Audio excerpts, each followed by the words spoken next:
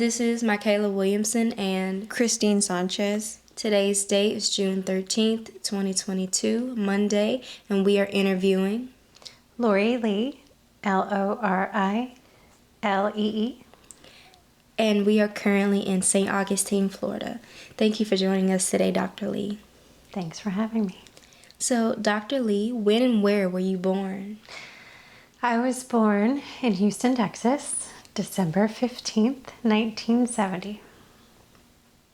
So, what was your childhood like? Oh, wow. My childhood, we moved, I grew up in Tennessee, just outside of Nashville and Springfield until I was about 8. And then we moved back to Texas, to the Dallas-Fort Worth area.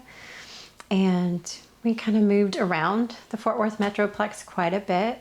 So every 2 or 3 years, my mom, her second husband, would move into a house, and then about two or 3 years later, he'd be ready to move on. So we'd move again, but usually in the same school district. So at least that worked out. But yeah, and I have, I have 1 sister and 3 brothers. So that was nice growing up with siblings. What was your favorite subject in primary school? In primary school, probably reading.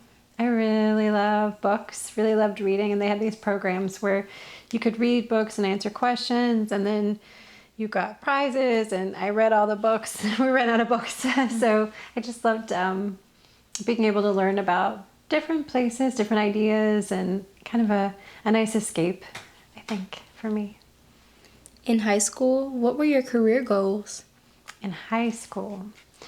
So when I was in high school, I wasn't quite sure what I wanted to do. I just knew I didn't want to work at a job where I was doing the same thing every day from 9 to 5.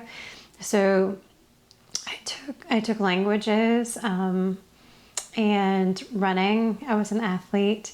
So at the point when I applied for colleges, I knew I wanted to go to liberal arts school, but I wasn't quite sure what my focus would be. I actually had 7 degree plans on file as an undergraduate. So I moved out when I was 16 years old. So I still, though, had that mindset that I needed to do something that my parents would be proud of, even though I was kind of paying for everything. And about 1.5 years into college, I realized, oh, I'm paying for this.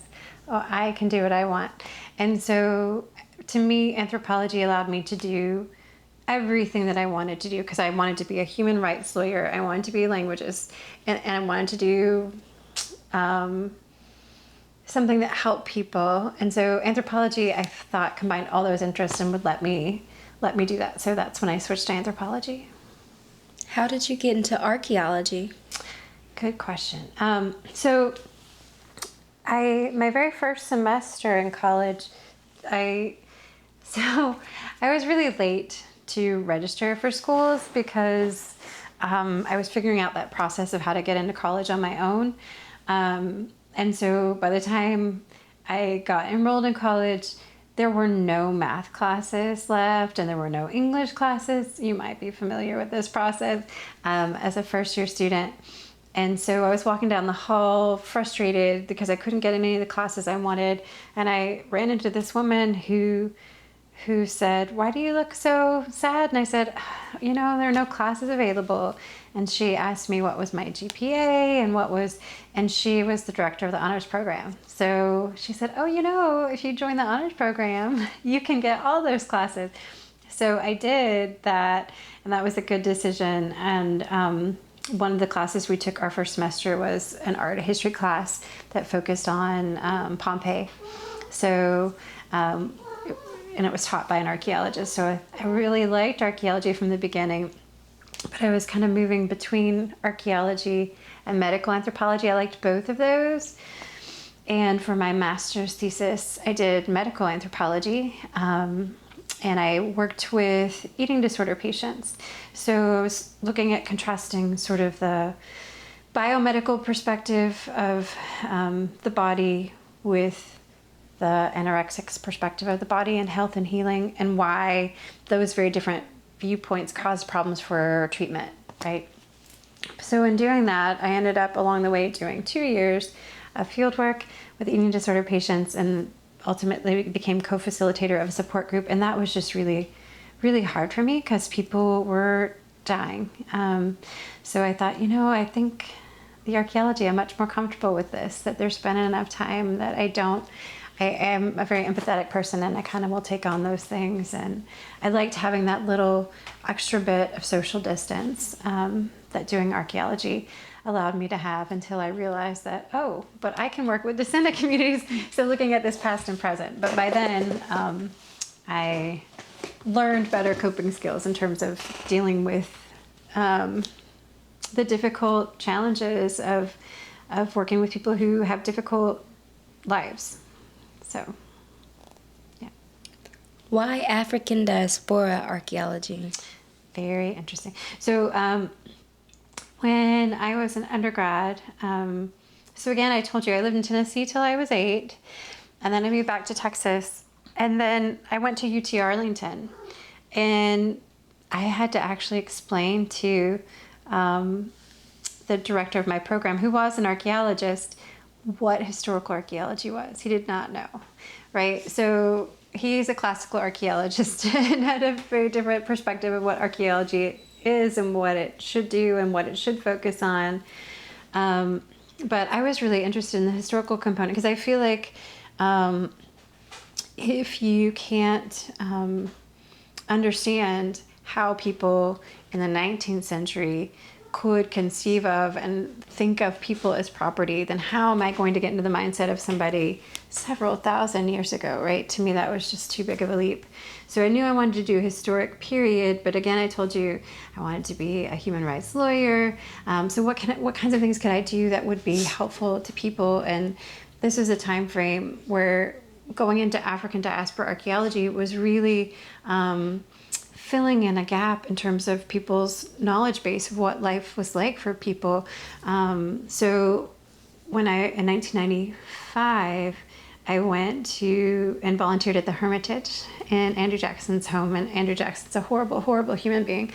But Larry McKee is a very wonderful human being, and he was the director of archaeology there. And he allowed me to come and volunteer for a week doing archaeology.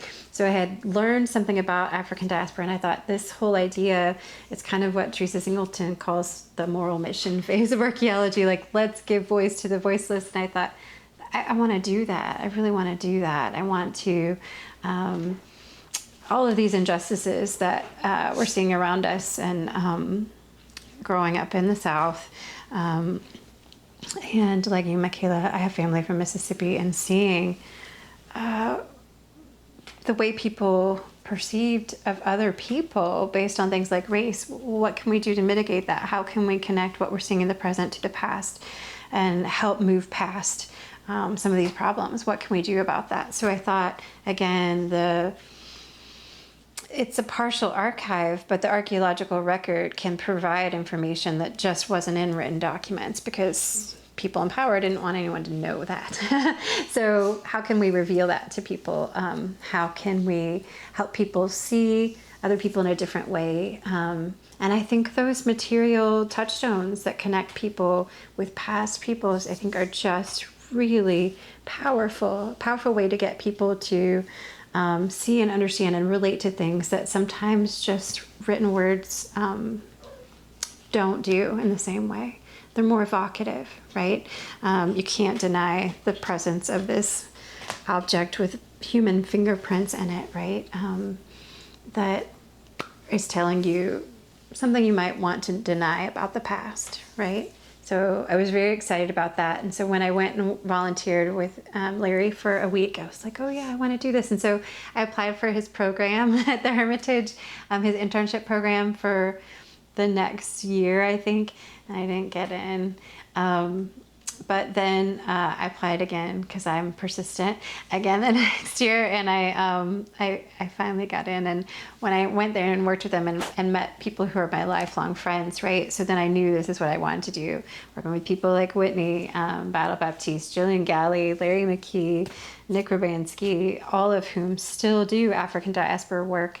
We just felt like this was something that we could do to try to change the narrative and people's perceptions in a way that could ultimately promote anti-racism, right? So that was very exciting to me, and I felt like, okay, this is something that it's making a difference. It's making a difference, and that was important to me, and still is. So, yeah. Thank you for that. What was your time at George Mason like? George Mason. Okay, so when I started teaching at George Mason, I taught there for a year and a half, I think, maybe 2 years, as a adjunct professor in anthropology. And I literally started teaching when I was 8 months pregnant with my son. So my children's father, Ed Grandress, is an artist, and he worked at George Mason. So he was teaching already at George Mason. So we had moved from Poplar Forest, where my dissertation was based, and I was still writing up my dissertation, to New Jersey, where he got his first teaching job. And then I thought I could never finish my dissertation from New Jersey. So this job became available in Virginia. And I was like, oh, you're going to get that. So I helped him write his application materials, and it worked out. We ended up there. And we already had our daughter, Simone. So she was 3. And then I started teaching. I met James Sneed and interviewed with him. And I started teaching there. And I loved it because I had 2 small children, but I would teach a class or 2 each semester. And ever since then, I've had more classes to teach per semester. And I miss that time frame when I just had like 1 class or 2 classes, because I could really go in depth in a way that is not as easy to do when you have a heavier workload. And I loved it. Another thing I really liked about George Mason is they have this program where they save like 5 seats in each class for anyone in the community over 50 who wants to audit, and they let them audit the class for free. So they have a lot of traditional students, but they recognized that they had a lot of traditional students. How do we diversify the experience? And so they were bringing in people with all this life experience, and they were getting something from the class. Of course, they wanted to learn something more about a particular area, but then they were sharing all their life experience with the students, and it was really amazing to see. So I miss that. No institution I've been at since has had that possibility. So I really enjoyed that. And then I moved back. I got a job back at Poplar Forest, where my dissertation is based. A full-time job came open, and I went back there. So. What led you to Flagler?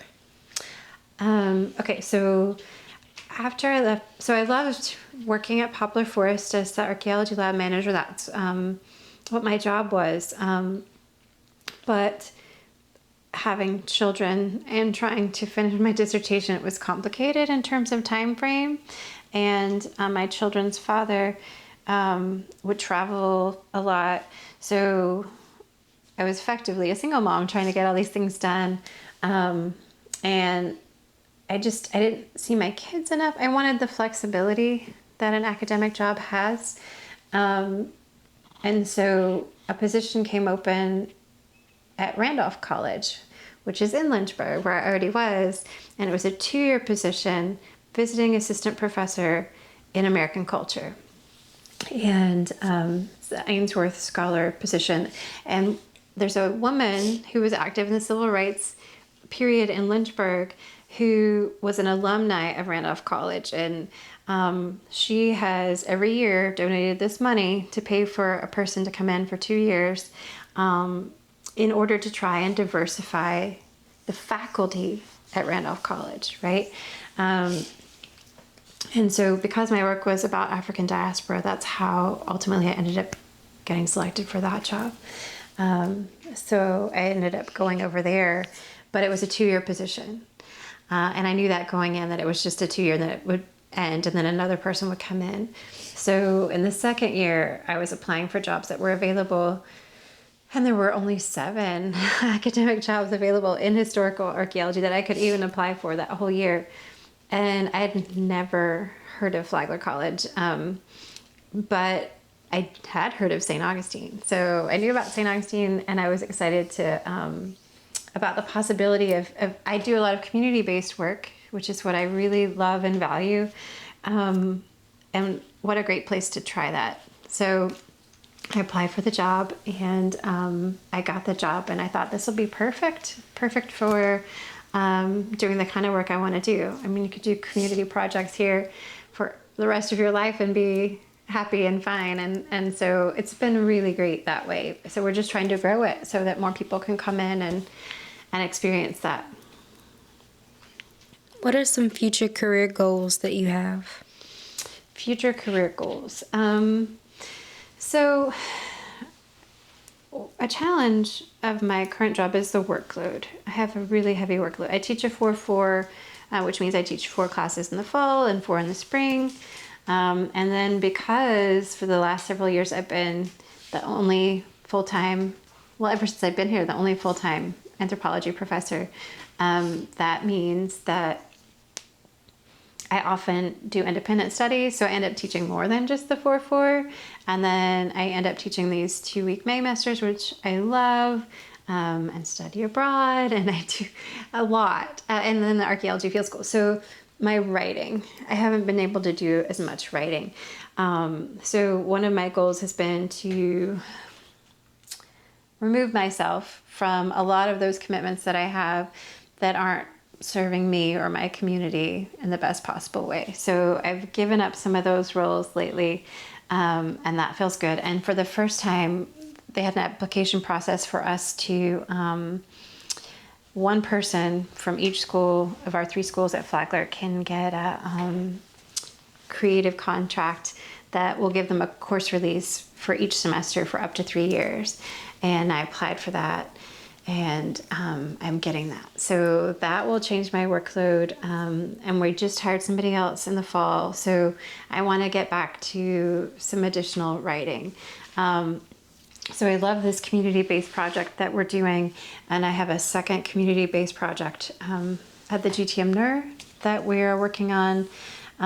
It's a complicated project to explain succinctly, but it's looking at the people of Guana Preserve, past, present, who are the stakeholders, and impacts of climate change on those sites. So again, they were interested in having me work on that project because not enough is known about African diaspora populations there, and indigenous populations. And so some other projects I've been working on have been looking at the indigenous incarceration periods at the Castillo, right? So I have some community partnerships with some of the local indigenous groups. So applying some of those to current projects. So growing those projects and then doing more to get that stuff written up and shared with the public. So I'm really excited about, again, with archaeology, it takes a good 5 years for you to get enough data that you can start writing up anything meaningful, I feel like. And so we're getting to that point now. So I'm looking forward to that. More writing. Yeah. When did you first hear about Fort Mose? I first heard about Fort Mose as a graduate student. So Teresa Singleton, I was very fortunate when I went to Syracuse to be able to work with her, as well as the other wonderful folks up there, Krista Kors, Doug Armstrong. They have a really nice, the reason why I chose that institution as my primary school that I wanted to go to is because they had 3 African diaspora archaeologists on staff, and one works in Africa and one works in the Caribbean, and one worked in the United States and then also the Caribbean. So that's phenomenal. You just don't get that anywhere. And then I got to work with Teresa, which was just amazing. So I was very excited about that, and getting to work with her on that project. And she was a student at UF, right? So she was a student of Charles Fairbanks, and she ended up doing her dissertation, and she's from South Carolina. So she did her dissertation there. And she's very familiar, of course, with the work of Kathy and Charles Fairbanks and all those projects. And she introduced us to Fort Mose through the reading. So when I saw this job, I knew who Kathy Deegan was, I knew where St. Augustine was, and I knew what Fort Mose was. So when I came for the interview, I went to, on my way back from the interview, I went out to Fort Mose and I went to Kingsley because I wanted to see those before I left. So such an amazing and phenomenal and unique story. So she made it clear to us how important and special that site was. So I had known that for a long time before I actually got to visit. What effect, if any, did the Historical Society have on your work? So, yeah, the Historical Society. So, again, I do, as I said, I do community-based participatory research, and I think it's very important. And I think we have a couple of pioneers that we can draw upon their experiences, and Kathy Deegan's one of them. So she worked with all the folks in the Historical Society. She worked with the folks in the Black Caucus. She worked with all kinds of people in the community to make the project what it was. And so we knew from the very beginning that that was something that we wanted to do. She introduced me. That was one of the things that she did when I came here. She invited me to the Martin Luther King Jr. breakfast that Thomas Jackson puts on every year, and his 37th year this year.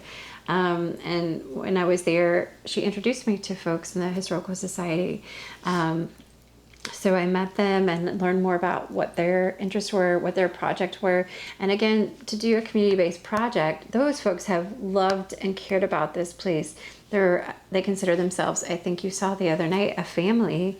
And that was just a small portion of the people who they consider a part of that family. So I want to work with them to help be sure that their goals are met, not what I think, just what I think is interesting, right? Because who knows better than local people who've been involved and invested for a really long time. So we knew that that was really important for us to, if they were willing to work with us, and fortunately they have been, then let's make that happen. And how can we help you advance your goals,